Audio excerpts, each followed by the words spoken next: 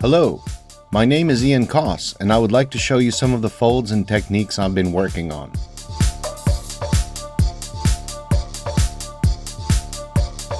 Many of these folds are based on a couple of simple tricks, which I call the Tico technique, after my native country of Costa Rica.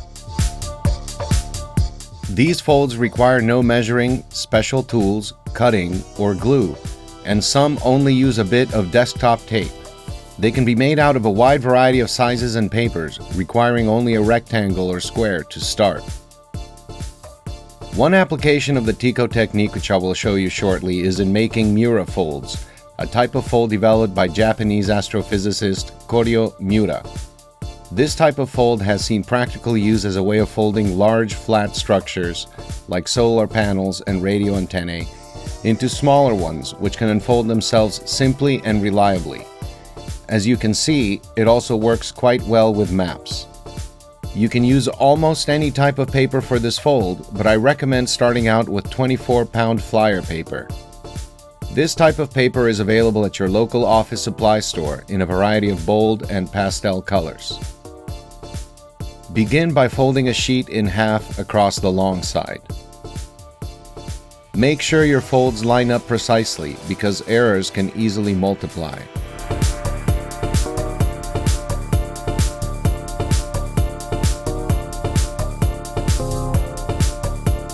Fold it back, then fold it into quarters.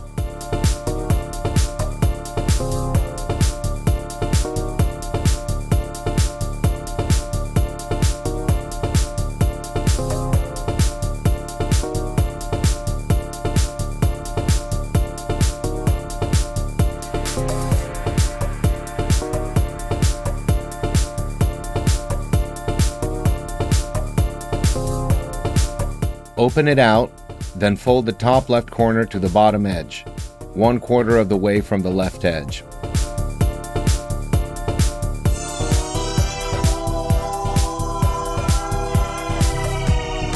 You can change the angle of this fold to get different effects on the finished piece, but for now, this is a good starting point.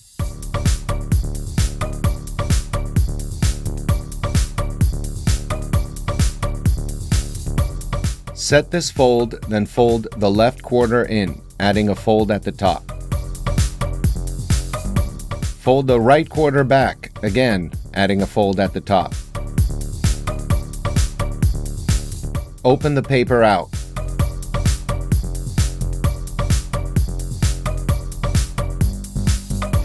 Start folding along the crease on the right that you made on the previous step, and continue folding all the way to the top of the paper.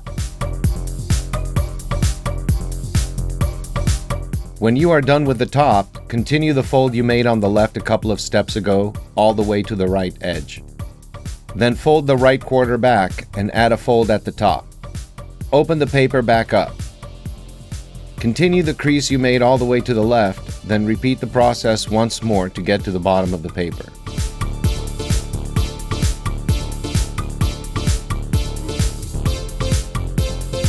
At this point, your paper should have 3 sets of parallel lines, 1 vertical and 2 at equal but opposite angles.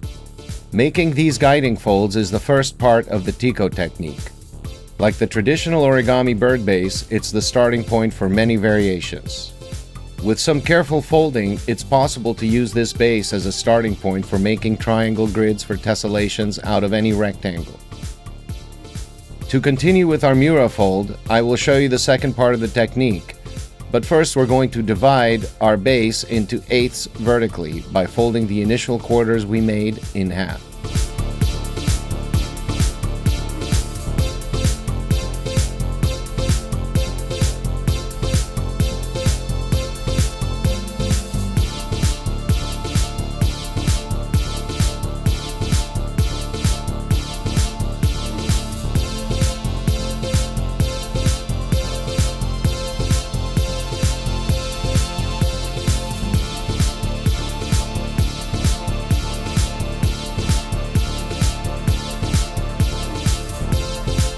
This begins the second part of the Tico technique.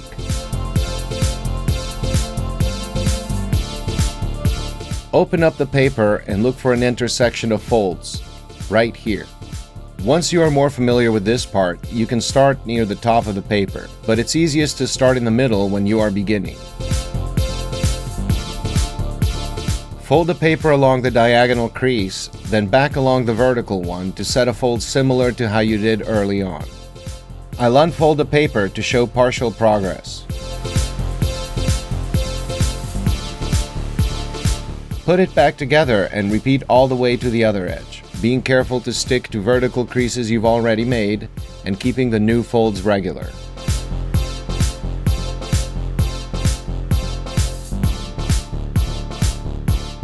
You can press down on the new folds once you've set all of them. They should line up nice and square.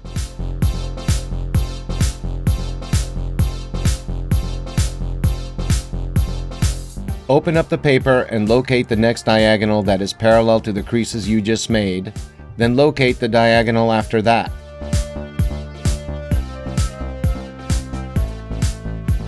Repeat the process with this new starting point, being careful to make the tops line up.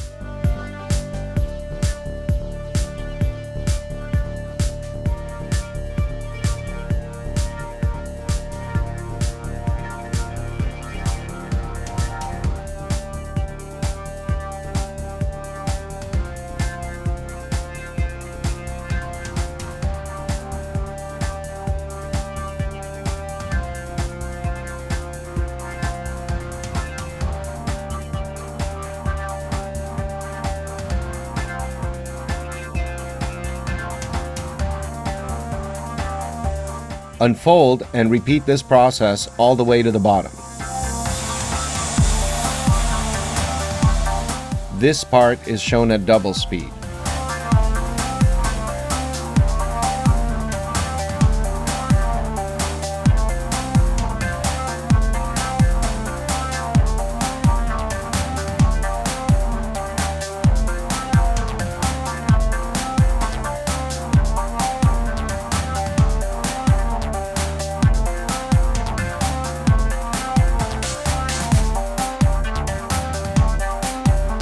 When you are done, you should see a series of parallel zigzags from top to bottom. The circles show the diagonal folds we used to start our zigzags. Find the top diagonal between the top two existing zigzags. Mount and fold along this diagonal so that you're folding the opposite way of the first set of zigzags and start the process again, repeating all the way to the bottom.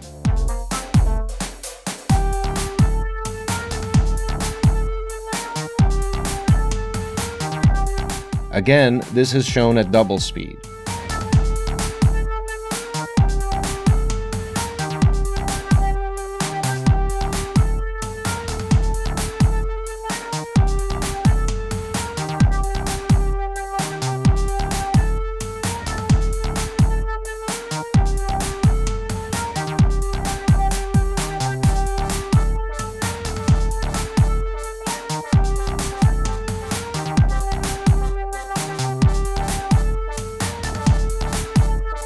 Now that you have set all the folds, carefully work your way across the paper and down, using gentle pressure to pop the folds and form the paper into shape.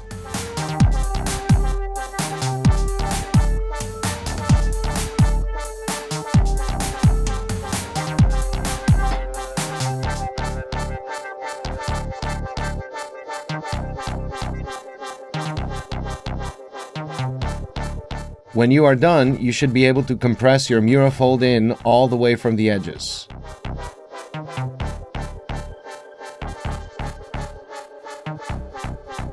This concludes the presentation of the Tico technique and its use in making a Miura fold. I hope you enjoyed this and have fun coming up with your own variations.